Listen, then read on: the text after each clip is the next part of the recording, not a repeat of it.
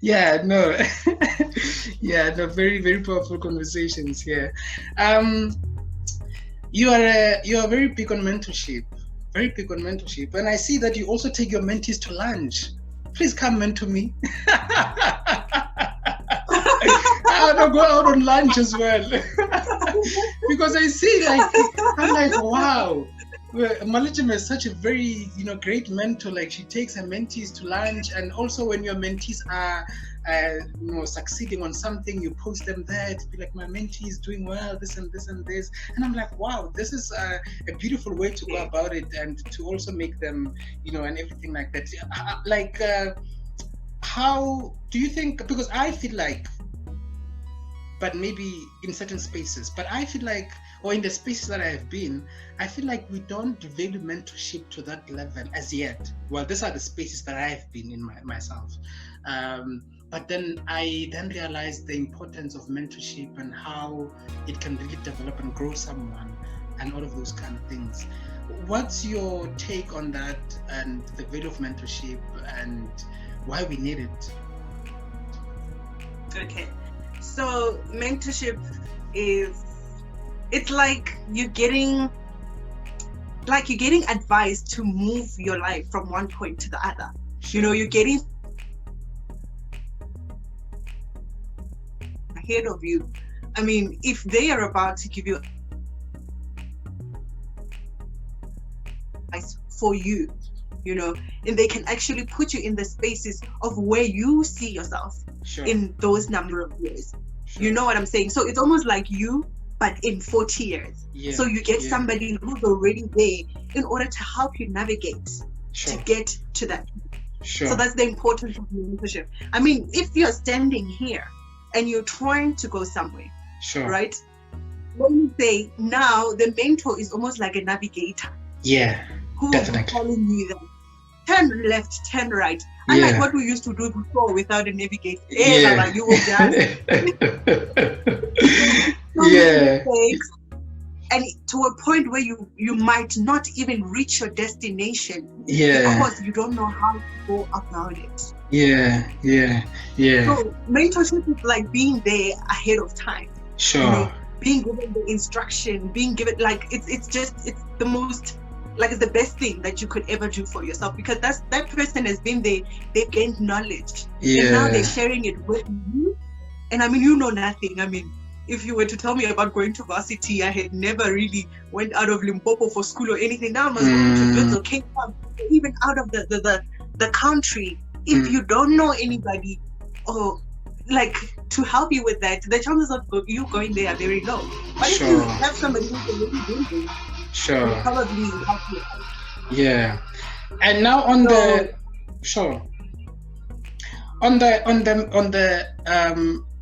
I agree, you have a mentor, you have a mentee, and you have that relationship. You get what I'm saying? Which is a relationship in the sense of relationships. It must be nurtured, it must be, and all of those kind of things. But someone who's sitting out there and be like, I need a mentor, how do they start about it? Because another thing that I've realized is that the mentee should be very careful in choosing, because like you said, it's a navigation. So I guess it's all about, where do I want to see myself? I want to see myself in this point. Who can be the right person to navigate me there? I think Maletjema can actually do that. And maybe approaching Maletjema and everything like that. Just give us the criteria from the mentor choosing and maintaining the relationship and all of those kind of things. Okay. So number one, you have to identify what you want to achieve, right? So for example, with my mentees, I knew that she is in grade 12. The time I started with her, she was in grade 11, grade 12. I knew her goal was to get to university. I was already in university, So we are coming together because of that. So she'd be like, I want to go to university. How do I go about it? It's just asking, how do I get to where you are? It's that simple. Being interested in what somebody's doing and just asking them, hi, I noticed you do 1, 2, 3, 1, 2, 3, 1, 2, 3. How can I go about it? I think that is the biggest thing, regardless of whether you are a mentee in a lower level or in a higher level. It's all about having an interest in what somebody is doing, and people are normally open to giving you advice. Sure. Yeah, they're open to giving you advice. So the most important thing as a mentee, you must ask, follow up. You are driving. As a mentor, it's not my responsibility to now be following you around. You are the one who... Sure. That's what I'm saying. Yeah, no, that's what I was saying, that it's a relationship, and it needs to be maintained from both sides. But of course, the mentee must actually, because what I found in most cases is people to say, I'll have a student who will come to me and be like, Ben, I need you to mentor me. And we agree. Then they're just there. And they're expecting me to now be like, hey, I'm here, your mentor, what up? And I'm like, but some of them, they don't know. Like, I think you need to sit with them down and really tell them, how does this thing work and everything like that. So some of them, I'll sit with them down and be like, we need to establish this relationship, how this is going to work and everything like that. And from there, we start to, but some, they just, they have a different understanding of it. They think you're going to be the one who's going to be like, okay, today let's come, we're going to talk about this. And I'm like, no, it's actually you. Sure. Yeah. So I think one of the things that help drive a mentorship is have pre-agreed meetings. For example, I know that with my mentors, I used to be like, okay, so every month we must have a conversation. We must meet. If we're too far, it's every 3 months. It depends on the busyness that the person, is mixed into. But have those so that you are now propelled. If now I come to you and I'm like, okay, Ben, I want you to mentor me so that I get great marks. I want to improve my studies. Every time there's a test, if it's coming up, go consult. Okay, I'm having difficulties with 1, 2, 3, 1, 2, 3. How can I go about it? And then you write your test. Come back with the results and say, this is what I've got. So that you're constantly improving, because that person, so you don't always have to have something new, but grow from whatever topic that you have. Tell the person the progress that you're making. With this one, I'm doing really well. So I was thinking of doing something. So that helps you, keep it consistent. So don't just come there, drop a bomb, and then drop a bomb. Can you please mentor me? And then, Sure. No, it's actually a relationship. It's a culture that we need to make it clear, and we need to build it up from that place. Quite interesting. So Maletjema is a fitness bunny, it's those people who, you get what I'm saying, get to get to the gym, they run and everything like this. When did your fitness journey begin? And maybe to just say, I've been, watching some of your videos, the training and everything like that. I'm like, she's into it. When did it start? Because in most cases, whenever we go into fitness, in most cases, there might have been a volcano that has erupted in our lives. In most cases, the volcano is our weight. In some cases, the volcano is maybe health issues, maybe someone, having, underlying diseases and stuff like that, and they start to now become pro-health and everything like that. But we do have some people who just go into it, and because they just go into it. Some is for beauty issues, some is for confidence, just to feel confident and everything. Some is to relieve stress and everything like that, and then they find themselves now into this, and now is their thing, and now is their life. Yours, how did your fitness journey begin? So mine began, I think, in 2017. Sure. 2017, yes. So when you are at the Wits, you were being pushed to the edge. You were on the edge. Yeah, you were standing on the edge. So I just remember. So I just remember I was like, my eyes were almost always red, because I used to study so much. And you study, you eat, you sleep. Study, eat, you sleep. That's the only thing that you do. And so I wasn't. And that's a bad routine, yeah. Very bad routine. Doesn't work. But the thing is, when you are there, that's what it's almost like.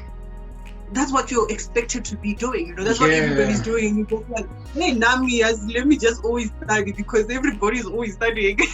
Yeah, because I remember also with me, you know what happened? Like dining hall. Hey, that thing ballooned me. Yeah.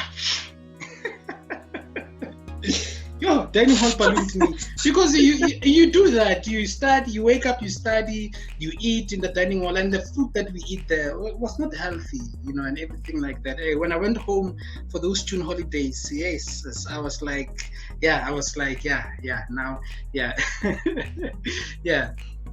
So that was the case for you. Yeah. Yeah, so the case for me is I was also not in shape as much, you know, but I think the biggest factors was that I could feel my mind was not at its best, you know. I wasn't coping. So I went to the gym. I remember I used to run like once in 2 months, once in 3 months, you know. But I was like, okay, no, let me really take this on. I think I got a few advices from a few people, and I was like, okay, let me try gym, you know. And then I went there for the first day. They smashed me. I was like, I'm not going back. I can't even go up the stairs. This is really, really, really not working out. But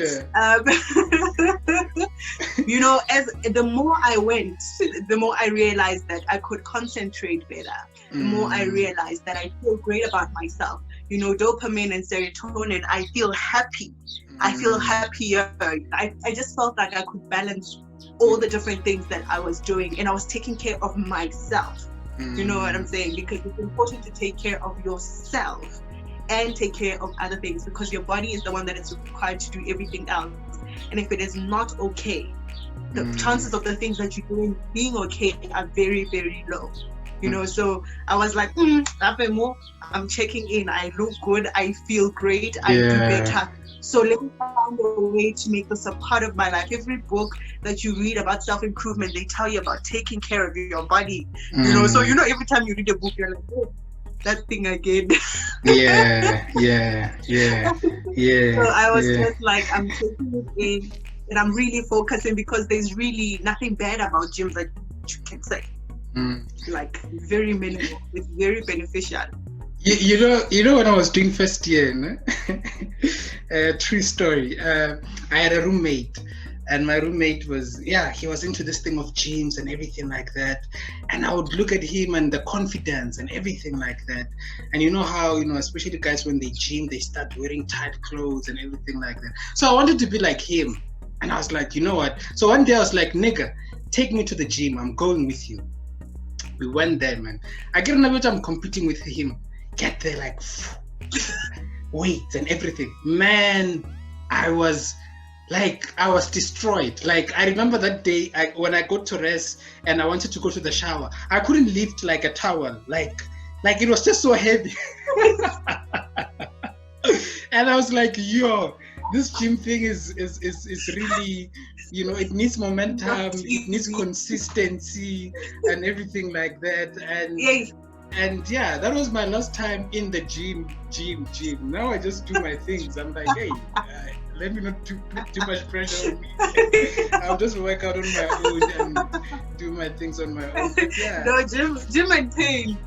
Yeah. They are very close. Yeah. You realize that if you're not feeling pain, you almost feel like there's something wrong, because you must feel some sort of pain.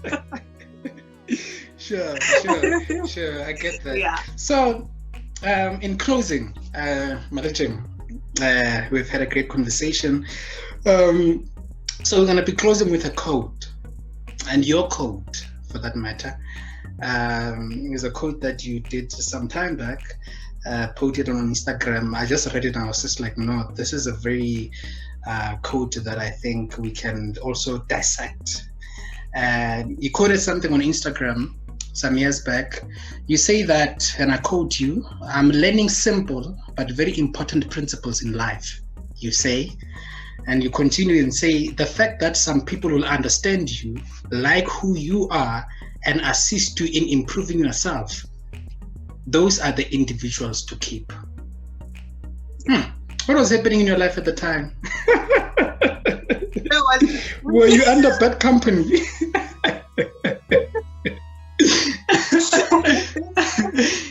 but I find it to be a code that someone can live by every day, because every day we do have people in our lives, but some of the people that we have, I think we need to get to that point whereby, okay, I'm at that point myself right now, whereby it's more like I analyze and I navigate on who's in my life and what are they bringing. Are they growing me? Are they pushing me? Are they vouching for me?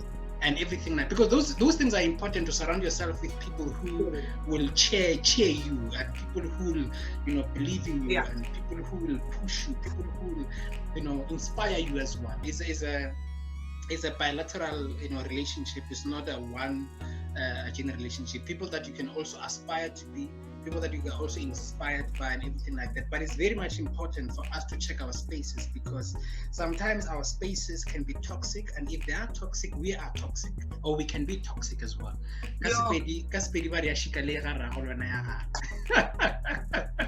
So yeah, so what were your thoughts really on quoting such a quote and putting it on Instagram at the time? What was happening in your mind? What was happening in your life? And what were your thoughts at the time? Yeah, I think especially at a young age, it's very difficult to be surrounded by, high impact people who want what is best for you, because people want to party. It's nice to sit and complain. That's what we do as people, So I think I was at a space where you realize, well, actually I'm having fun in everything, but I'm not growing, Sometimes you're not even liked for who you are. You understand? Why are you always reading? What is this thing of yours of always reading? Why are you going to the gym, man? What are you running after? Why are you running? Like Wabora. Wabora, you know what I'm saying? Like, sure. When are you always reading? Like, why are you studying? Like, yeah. Yes, yeah. Yeah. Sure. Yeah. It is very important what you're surrounded by. You can only succeed to the level of information and knowledge that you have. And if all you talk about is negativity, if all you talk about is drinking, if all you talk about is party, those are the things you're going to excel in. And don't than you, because that's what you chose to invest in. Understand? So I go in with those people that I have around me. Are they helping me to not necessarily say they must make you somebody different, but are they wanting me to get better in who I truly am? Do they want me to succeed? Are they linking me with the right opportunities that I need? Are they supporting me?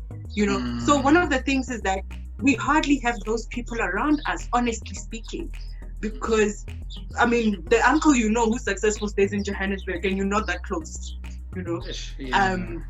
So it becomes a very difficult thing. Hence, I read a lot. So books have become my friends, because they're the ones that give me those information that I need for me to be in a space that I know the people around me are not, So you live differently, and it's very difficult to live differently in a group of people who are doing something else, because you'll always be the outcast. Where now we're going out to party every Friday. Why are you always chilling? We go to this number of guys. We're no style. Like, you don't even have one boyfriend. Like, no such thing. You honestly become the information that you have and the environment that you're in. So you choose what you feed yourself, and it's very important, because that's what you're gonna get out. That's the truth of the matter. So in our Black communities, I always say to my mentees, because I have mentees in different economic statuses, I say, when you're poor, you have to work the hardest, because it's not just the system you're fighting against, but also the environment that you're in. Be better. You better from yourself. You better do better.